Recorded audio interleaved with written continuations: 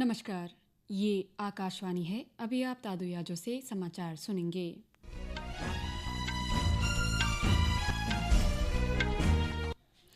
पहले मुख्य समाचार। लोकसभा में आज वक्फ संशोधन विधेयक 2024 पेश किया जाएगा। विपक्षी दलों ने विधेयक पर आपत्ति व्यक्त की। भारत और न्यूजीलैंड ने व्यापार सुगमता के लिए सीमा शुल्क सहयोग व्यवस्था पर हस्ताक्षर किए। भारतीय रिजर्व बैंक ने लगातार 9वीं बार रेपो दर को 6.5% पर बरकरार रखा। चालू वित्त वर्ष के लिए सकल घरेलू उत्पाद वृद्धि दर अनुमान 7.2% पर बनाए रखा।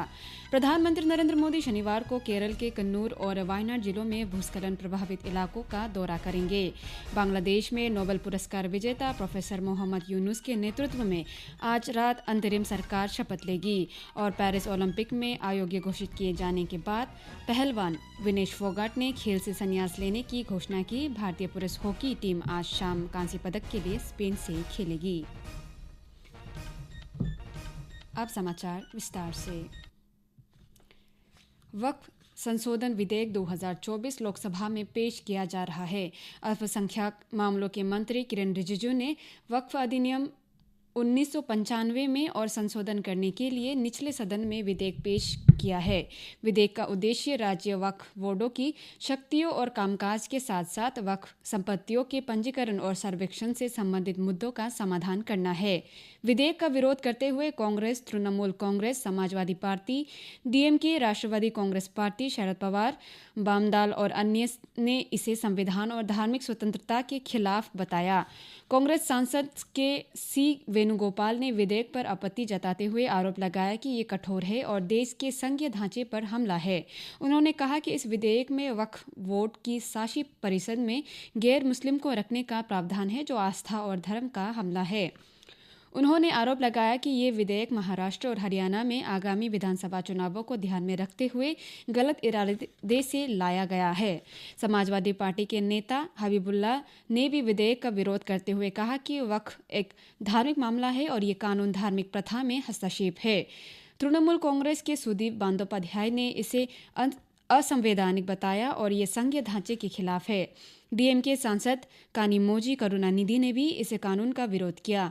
उन्होंने आरोप लगाया कि सरकार खुलेआम संविधान, संघवाद और अल्पसंख्यकों के खिलाफ जा रही है।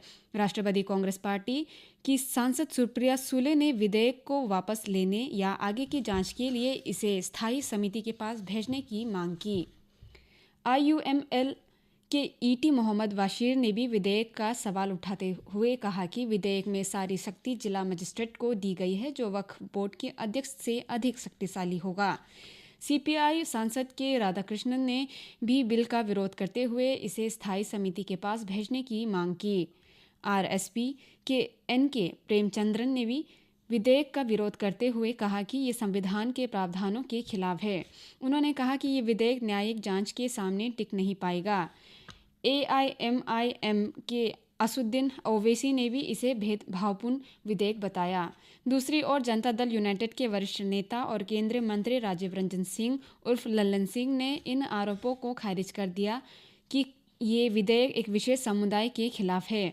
उन्होंने कहा कि वक्फ बोर्ड कानून के जरिए बनी संस्था है और इसमें पारदर्शिता लाने के लिए ये कानून लाया गया है। उन्होंने कहा कि वक्फ बोर्ड इबादत करने की जगह नहीं है और आस्था के मामले में इसके हस्तक्षेप का आरोप नहीं उठा।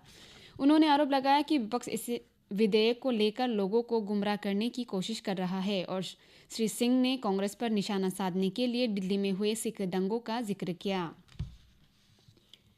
राष्ट्रपति द्रौपदी मुर्मू ने आज अपनी न्यूजीलैंड यात्रा के दौरान वेलिंगटन स्थित गवर्नमेंट हाउस में प्रधानमंत्री क्रिस्टोफर लक्सन और उप प्रधानमंत्री तथा विदेश मंत्री विंस्टन पीटर्स के साथ द्विपक्षीय वार्ता की। इस दौरान सीमा शुल्क सहयोग, परंपरागत चिकित्सा और नवीकरणीय ऊर्जा पर चर्चा हुई। वित्त वर्ष 2024-25 के लिए अपनी तीसरी द्विमासिक समिति की बैठक में भारतीय रिजर्व बैंक आरबीआई ने चालू वित्त वर्ष के लिए वास्तविक सकल घरेलू उत्पाद जीडीपी वृद्धि पूर्वानुमान को 7.2% पर यथावत रखा। भारतीय रिजर्व बैंक के गवर्नर शक्तिकांत दास ने कहा कि मौद्रिक नीति समिति ने 6 में से 4 सदस्यों के बहुमत से रेपो रेट को 6.5% पर अपरिवर्तित रखने का फैसला किया है। उन्होंने कहा कि जीडीपी में लचीली और स्थिर वृद्धि मौद्रिक नीति को मुद्रास्फीति पर ध्यान केंद्रित करने में सक्षम बनाती है। वित्त वर्ष 2025 की पहली तिमाही के लिए सकल घरेलू उत्पाद वृद्धि लक्ष्य को 7.3% से संशोधित करके 7.1% कर दिया गया था।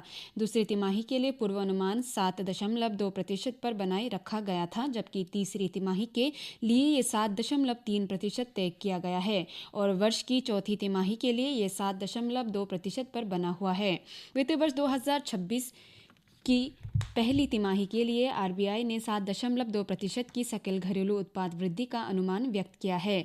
आरबीआई गवर्नर ने कहा कि मुद्रास्फीति मोटे तौर पर गिरावट की राह पर है। तीसरी तिमाही में आधार प्रभाव और पर्याप्त लाभ समग्र मुद्रास्फीति को नीचे खींच सकता है। उन्होंने कहा कि मूल्य स्थिरता के बिना ऊंची वृद्धि बरकरार नहीं रखी जा सकती। आरबीआई गवर्नर ने कहा कि हम खाद्य क्षेत्र में उच्च मुद्रास्फीति को बर्दाश्त नहीं कर सकते हैं, क्योंकि ये और बढ़ सकती है। उन्होंने ये भी कहा कि हमें इसे संतुष्ट नहीं होना चाहिए, क्योंकि मुख्य मुद्रास्फीति में काफ़ी गिरावट आई है। श्री दास ने कहा कि आरबीआई तरलता प्रबंधन कार्यों से चुस्त और लचीला बना रहेगा। उन्होंने बैंकों को सतर्क रहने की चेतावनी देते हुए कहा कि जमा में गिरावट से बैंकों का संरचनात्मक तरलता संबंधी समस्या का सामना करना पड़ सकता है। इसलिए उन्होंने बैंकों से नवीन उत्पादों और सेवा पेशकशों के माध्यम से और अपनी विशाल शाखा नेटवर्क का पूरा लाभ उठाकर घरेलू वित्तीय बचत जुटाने पर अधिक ध्यान देने को कहा। श्री दास ने टॉप अप होम लोन के बढ़ते वितरण पर भी चिंता व्यक्त की और ऋणदाताओं से सुधारात्मक कार्रवाई करने को कहा। आरबीआई गवर्नर ने 5 अतिरिक्त उपायों की भी घोषणा की।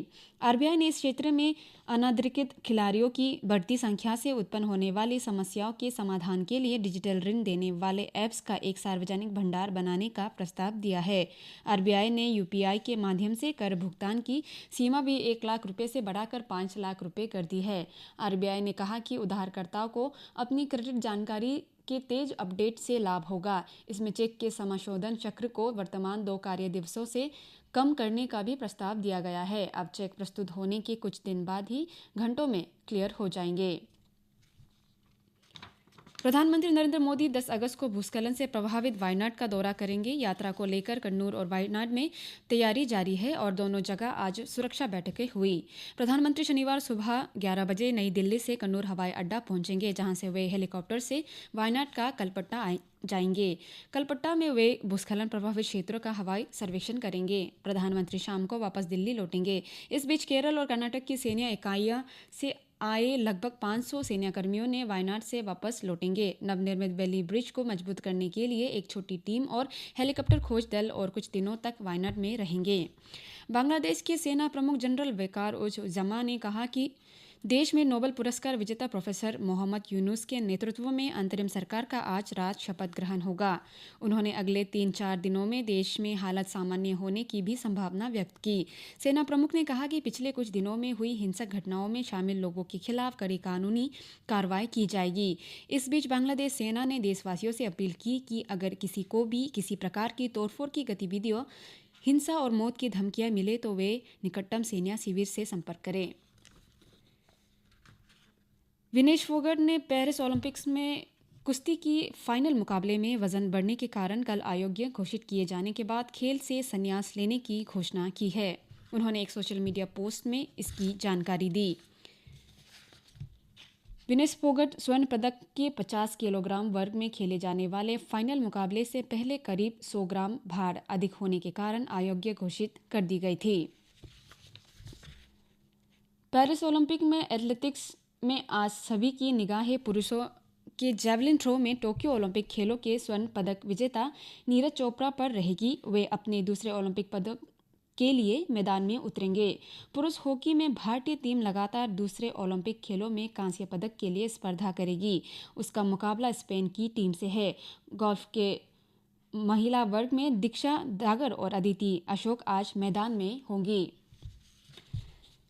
पश्चिम बंगाल के पूर्व मुख्यमंत्री बुद्धदेव भट्टाचार्य का आज कोलकाता में निधन हो गया है। वे गंभीर बीमारियों से पीड़ित थे। प्रधानमंत्री नरेंद्र मोदी ने पश्चिम बंगाल के पूर्व मुख्यमंत्री बुद्धदेव भट्टाचार्य के निधन पर शोक व्यक्त किया है। सोशल मीडिया पोस्ट में प्रधानमंत्री ने उन्हें एक राजनीतिक दिग्गज बताया, जिन्होंने बड़ी बड़ी प्रतिबद्धता के साथ राज्य की सेवा की। इसी के साथ ये समाचार बुलेटिन समाप्त हुआ। नमस्कार।